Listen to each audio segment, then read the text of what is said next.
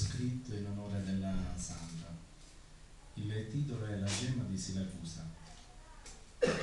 Signore dell'universo, che con le tue mani hai forgiato Lucia, vestendola di carità e infinito candore. Tu, che hai dorato la chioma dei suoi capelli e lo splendore dei suoi occhi, hai dato luce al gioiello più prezioso di Siracusa. Goccia di frumento, che hai saziato il tuo popolo affamato maiebbro di te. Tu, tenero fiore, straziato dall'infamità pagana, dove nessun dolore ha potuto distruggere la tua vergine immagine.